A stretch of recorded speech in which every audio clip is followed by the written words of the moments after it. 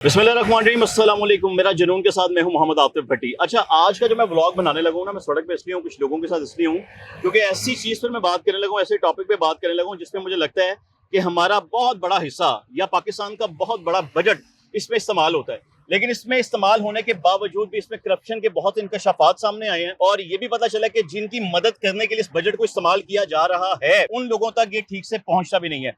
मेरे पास इसकी पूरी एक रिसर्च मौजूद है। मैं सबसे पहले वो आप इंफॉर्मेशन, वो सारी डिटेल आपके सामने पेश कर दूं। उसके बाद मैं आपको लोगों की राय भी बताऊंगा कि लोग इस पे, उनकी ओपिनियन इस पर क्या है। देखें, इस साल बेनजीर इनकम सपोर्ट प्रोग्राम की मैं बेनजीर इनकम सपोर्ट प्रोग्राम पे बात करने लगा हूं। इस साल बेनजीर इनकम सपोर्ट प्रोग्राम के लिए 716 अरब रुपए मुख्तस किए गए हैं 2026 के लिए, एक बार फिर, जो कि 2027 तक चलेंगे। अच्छा जी, जबकि वफाकी बजट का जो हुजूम है तकरीबन 17 खरब रुपए है, यानी कि कौमी बजट का तकरीबन 4% हिस्सा सिर्फ इस प्रोग्राम पे खर्च किया जा रहा है। ये प्रोग्राम 2008 में 34 अरब रुपए के बजट से शुरू हुआ था। मैंने सुना सारा कुछ लिख के रखा हुआ है, जितनी रिसर्च मेरे पास मौजूद है, मैं इसलिए आपको एग्जैक्ट फिगर्स बता रहा हूँ। यानी सिर्फ 17 सालों में 21 गुना इसमें इजाफा हुआ और 2008 से अब तक इस प्रोग्राम पर 3 खरब रुपए से ज्यादा खर्च किए जा चुके हैं। लेकिन यही रफ्तार अगर बरकरार रहती है तो याद रखें 2040 तक मजीद 5 खरब रुपए सिर्फ इस प्रोग्राम पर खर्च किए जाएंगे, जो पाकिस्तान के मौजूदा वफाकी बजट से कई ज्यादा रकम समझी जाती है।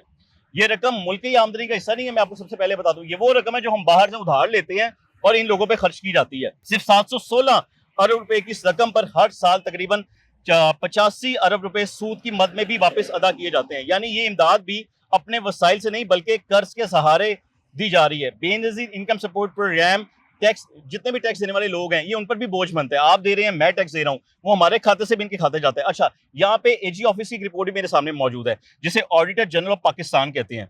पब्लिक अकाउंट्स कमेटी ने बताया है, यानी कमेटी को बताया गया है कि तकरीबन 1,43,000 सरकारी मुलाजमीन ने अपने रिश्तेदारों के नाम पर 19 अरब रुपए गैर कानूनी तौर पर वसूल किए हैं। कितनी शर्म की बात है। अब ये देखें, जिनमें ग्रेड 17 से और 17 से ऊपर के भी जितने अफसरान शामिल है ना, उसमें 25 अफसरान शामिल है ग्रेड 17 से और ग्रेड 17 के ऊपर, जो इस चीज को, इस बजट को इस्तेमाल कर रहे थे। 510 मिलियन रुपए से ज्यादा रकम, यानी 12,078 सरकारी मुलाजमीन पेंशन और उनकी शरीक-ए-हयात को अदा किए गए हैं। हालांकि दिसंबर 2019 में वफाकी काबीना इन्हीं प्रोग्राम से खर्च करने का फैसला कर चुकी थी कि जी बस उन बड़ी हो गई। सिंध, अब आपको सिंध का बता दूं, सिंध के एक जिले में रिटेलर्स और मॉनिटरिंग अमले की मिली भगत से 3 से 4 करोड़ रुपए की खुर्द-बुर्द का इंकशाफ भी हुआ है और 3 साल ऑडिट के मुताबिक 96 अरब रुपए ऐसे अफराद को दिए गए हैं जो इस प्रोग्राम के लिए अहल ही नहीं थे। अब ये वो रिपोर्ट थी जो मेरे सामने आई थी, जो कि एजी ऑफिस ऑडिटर जनरल की रिपोर्ट है।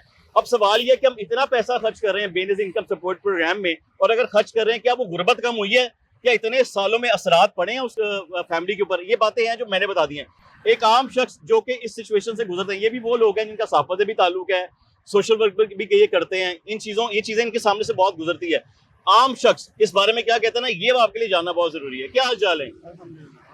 अल्लाह का शुक्र है, खैरियत। आपने मेरी बातें सुनी जो मैंने थोड़ी बहुत बताई है? आपकी बातें सुनी है, बिल्कुल इसी तरह हो रहा है। अब पहले तो ये जो ना औरतों को जो ना ये पहले देते थे कैश पैसे, हाँ, वहाँ पे जाना लाइनों में लगकर, सेंटर्स में, हाँ, सेंटर्स तो में। वहाँ पे जाना, अभी तो ये आप देख रहे हैं गर्मी में क्या हाल हो रहा है, तो बिल्कुल। वहाँ पे खवातीन जो ना बेहोश हो जाती हैं इतनी गर्मी। हाँ, अब इन्होंने अगर ऑनलाइन सिस्टम कर ही दिया, अब ये दूसरी तरफ आ गए जी, हम सिम्स में इनको जो ना जायज कैश या ऐसे पैसे ट्रांसफर करना शुरू कर देंगे। अब अगर वो सिस्टम भी इनका देख लेना, तो अगर आप जाए ना वहाँ पे किसी भी सेंटर, वो सेंटर भी कुछ ऐसी जगह पे बनाए गए हैं कि वहाँ पे एक जो ना एक इज्जतदार खातून का जाना नहीं बनता, वो घरों में कह ले, दुकानों में कह ले, इस तरह की जो ना वो सेंटर्स बने। आधे से ज्यादा लोगों के पास अब जैज का शीजी पैसा औरतों के पास है ही नहीं, जो घरेलू है। हाँ। जो गांव से हो ताल्लुक रखेंगे, जरूरत रखेंगे, उनके पास जैज का शीजी पैसा है नहीं, और अगर है भी तो उनको यूज नहीं करना आता। हाँ। ये हर बंदे की, अब हमारी पाकिस्तानी अवाम इतनी पढ़ी लिखी नहीं है। हाँ। मतलब कह लें कि 70% अवाम अगर पढ़ी लिखी है तो 30% नहीं पढ़ी लिखी, हम्म। उनको नहीं यूज करना आता। तो ये फिंगरप्रिंट स्कैन हो जाते हैं, उनको पता ही नहीं होता, बाद में वो कहते हैं कि हमारे पैसे निकल चुके हैं, हम तक नहीं पहुंचे। हाँ, अभी ये होता जो ना है, ये होता है। 2500 से 3000 रुपया जो ना वो सिम एक्टिव करने का ले रहे हैं। जाए अभी ये जो लोग पैसे दे रहे हैं, क्या ये वहाँ पे जाके विजिट करते हैं? क्या उन अहल औरतों को ये पैसे मिल रहे हैं? यही रात सवाल को है। 2-2 बजे तक, 3-3 बजे तक औरतें गली मोहल्लों में बैठी हुई हैं, वहाँ पे जाएं, अगर ये पैसे दे रहे हैं तो उन लोगों तक कैसे पहुंच रहे हैं? हाँ। ये सवाल सबसे अहम मैंने है। भी अपने तौर पे ना ये चीजें देखी हैं। देखिए, ये औरतें वहाँ पे खड़ी होती हैं, धक्कम देर हो रहा है, वो एक अलग बात है। मैं ये समझ कि जो सारा निजाम है ना, वो तो हमने देख लिया, करप्शन जो मैंने भी बताई है, आपने भी सुनी है, इन्होंने सुनी। यहाँ तक कि हमारे सरकारी अफसरान इसमें मुलव्वस है, जो कि 17 ग्रेड से ऊपर के अफसरान है। ये रिपोर्ट जो है ना, ये ऑथेंटिक रिपोर्ट है जो मैंने भी बताई है। सवाल ये है कि हमने इन लोगों को फकीर बनाना है पैसे देकर, या हमने कुछ इस पैसों का कहीं और यूटिलाइज करना है। इसी पैसे के जरिए हम कुछ ऐसे सेंटर्स बना सकते हैं कि जहाँ पे औरतों को कुछ सिखाएं, वहाँ पे वो अब मेहनत करें, मेहनत की तरफ लेके आए, सिलाई कढ़ाई की तरफ कुछ ऐसे सेंटर्स बनाए जहाँ पे वो जाए, मंथली उनकी सैलरीज लग जाए, तरक्की की तरफ, यानी कि उनका माइंड जो ना वो बेकारी सिस्टम खत्म किया जाए और उनको कुछ ऐसा जो ना स्किल्स दी जाए ताकि वो मेहनत करना सीखे और हमारा भी कोई किसी जाके इंटरनेशनल लेवल पे नाम हो। यहाँ पे लोगों को पता चले कि 5-10 हज़ार के पीछे औरतें बेहोश हो रही हैं, बच्चे उठाए हुए हैं उन्होंने अपने कंधों पे, तो ये निजाम और फकीर बना दिया ना, फकीर बना दिया ना, लाइन च खलोइए तो हमें सामने पैसे मिल जाएंगे, वो भी नहीं दिए जाते, वो भी बेचारों के साथ पता नहीं वो जो उनके जानने वाले होते हैं कुछ वो लोग, वो सिस्टम चल रहा है। और ये जो अभी सिम्स वाला इन्होंने सिस्टम निकाला वो भी फ्लॉप है इनका बिल्कुल। और देखिए करप्शन भी वो कर रहे हैं जो ऑलरेडी अच्छे खासे ग्रेड्स पे हैं, 17 से ऊपर ग्रेड पे हैं, तो अगर 25 अफसरान शामिल है इसमें। और देखिए अगर वो करप्शन कर रहे हैं तो फिर लोअर लेवल को तो छोड़ ही दें आप लोग।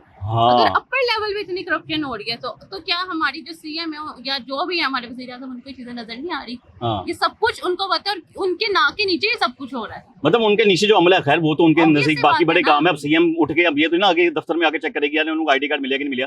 बात ये जिनकी उनकी उन्होंने ड्यूटीज लगाई है वो तो अपना ईमानदारी से काम कर रहे थे कि नहीं कर रहे थे? है ना, नीचे वाले सारे हमले करप्ट होते हाँ, हैं तो ना। इसकी इन्होंने तो बताई है कि उसका हल ये है। यही हल है ना कि आप लोगों को उनके सेंटर्स बनाने चाहिए, अच्छे सेंटर्स बनाए जहाँ पे जाके जो औरतें हैं वो काम सीखें, हाँ। जहाँ पे वो काम सीखें ताकि उनकी स्किल्स जो है वो इनहेंस हो। इस तरह किस किस्म की स्किल्स होनी चाहिए, क्या सिखाना चाहिए? मतलब आपके घर काम वाली आती होगी यकीनन, बिल्कुल। आप उसको 5-6 हजार रुपए देते होंगे महीने का, अगर उसका बेसिक इनकम सपोर्ट प्रोग्राम लगा 12,000-13,000 हजार मिलते होंगे, इसमें घर चलते हैं, गुर्बत खत्म होती है? कभी भी नहीं। और अगर वो स्किल सीखना चाहती हैं उन्हें हम क्या स्किल सिखा सकते हैं? देखिए आजकल की जो हमारी जो घर की खवातीन है उनको आधे से ज्यादा तो उनको सिलाई कढ़ाई आती होती है। हाँ। ठीक है, अगर कोई सिलाई इस तरह सिलाई सेंटर कोई खोल दिया जाए, वहाँ पे उनकी अगर सैलरी लगा दी जाए मंथली फॉर एग्जांपल 25,000, तो वो लोग इज्जत से वहाँ बैठ के तो कर सकते मेरे हैं। ख्याल से अगर औरतों को स्किल्स भी देनी चाहिए हाँ। ताकि वो वहाँ पे वो साथ काम करें, साथ उनको वो अपनी वीडियो शूट करें, उनको वहाँ से भी इनकम आना, जो कि आजकल डिजिटल पे जो कि सब कुछ शिफ्ट हो। मैं इससे भी आसान काम करने लगूँ। हो सकता है औरतें कहेंगी जी हम पढ़ी लिखी नहीं है, जी। हम कैसे पढ़ें या हम कैसे काम करें, डिजिटलाइज कैसे करें चीजों को। तो एक और आसान मेरे ज़हन में आता है कि हम उन्हें शेफ बना दें, हम ऐसे सेंटर खोलें, खाना पकाना सिखाएं, क्यों जी ऐसी यूनिवर्सिटी खोलें। जी जी बिल्कुल, इस तरह का जो ना वो सिस्टम होना चाहिए। जो अभी बेकारी सिस्टम 10-12 हजार, उसमें तो कुछ भी नहीं होता अभी तो।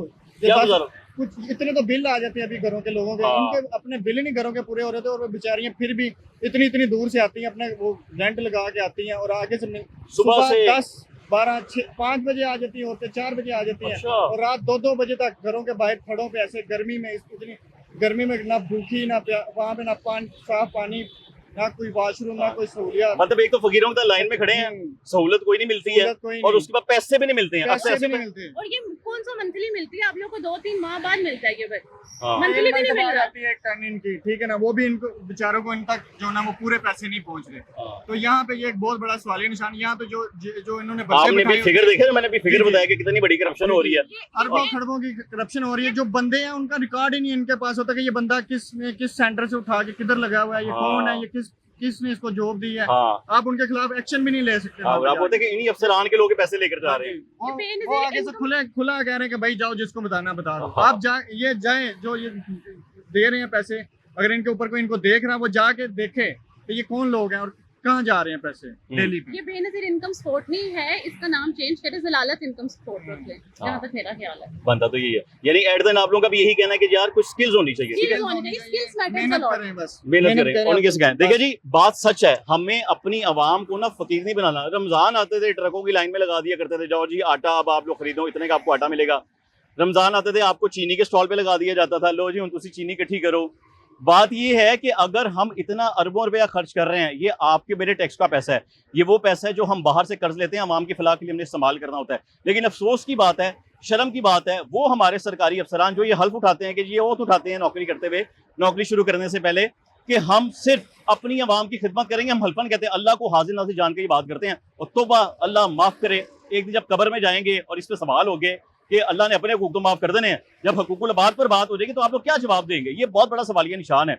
लेकिन अगर इस बेनजीर इनकम सपोर्ट प्रोग्राम को चेंज करके हम इसे स्किल्स प्रोग्राम में बदल दें, जो कि लोगों को भी राय है, लोग अपनी अपनी राय लाजमी देते हैं, तो लाजमी अगर उसको हम स्किल्स प्रोग्राम में कन्वर्ट कर दें तो मेरे ख्याल से हमारा पैसा भी बचेगा, उन औरतों पे पैसा भी लग जाएगा जो हम लोग इस गुर्बत को खत्म करने की कोशिश में कर रहे थे, जो कि आज से कितने सालों में 2008 से लेकर अब तक ये गुर्बत खत्म नहीं हो सकी है। और ये कितने खरब से शुरू हुआ, कितने अरबों खरबों तक ये सिस्टम पहुंच चुका है। तो ये सोचने वाला सवाल है। हमें तो लगता है हुकूमत को चाहिए कि जनाब बेसिक इनकम सपोर्ट प्रोग्राम की जगह अब स्किल्स प्रोग्राम शुरू किए जाए, वुमेन स्किल्स प्रोग्राम के नाम से शुरू किए जाए। मेरा नादी सजेशन तो यही है। अगर आप लोग समझते हैं, जो ब्लॉग देख रहे हैं, कि इस प्रोग्राम को चेंज करना चाहिए, इस प्रोग्राम का क्या स्पेसिफिक नाम होना चाहिए और कौन कौन सी स्किल्स हमारी आवाम को, हमारी खवातीन को सिखानी चाहिए, तो आपने कमेंट करके अपनी राय लाजमी देनी है और चैनल को लाजमी सब्सक्राइब कर दें ताकि इस तरह की जितनी इन्फॉर्मेशन और बेहतरीन बातें हैं, पहली इन्फॉर्मेशन सबसे पहले आप तक पहुंचे। उसके लिए बेल आइकन दबाना भी बहुत जरूरी है। दुआ में याद रखिएगा। तब तक आतिफ भट्टी को इजाजत दीजिए। अल्लाह हाफिज।